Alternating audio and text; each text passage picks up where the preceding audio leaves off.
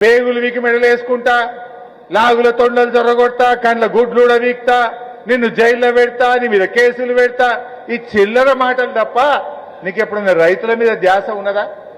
ఒక్కనాడన్నా ఆలోచన చేసినవా? అంత జూటా మాటలు రేవంత్ రెడ్డి.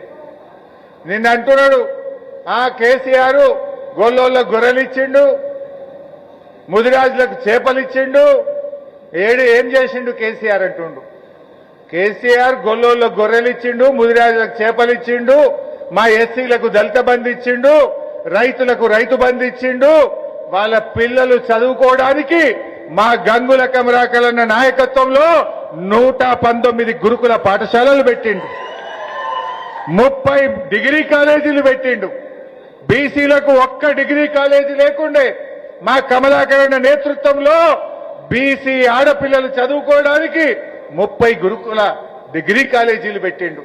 ఒక్క సంవత్సరం బీసీలకు 119 గురుకులాలు పెట్టిండు కేసీఆర్.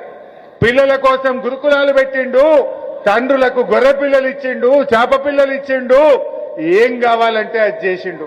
నీ ముఖానికి నువ్వు అది చేయలే, ఇది చేయలే. నువ్వు గొర్రె పిల్లలు బంద్ పెట్టావు, చేప పిల్లలు బంద్ పెట్టినావు, గురుకుల పాఠశాలలకు అన్నం కూడా చక్కగా పెట్టలేవు, పిల్లల్ని దవాఖాన్ల పాలు చేసినావు.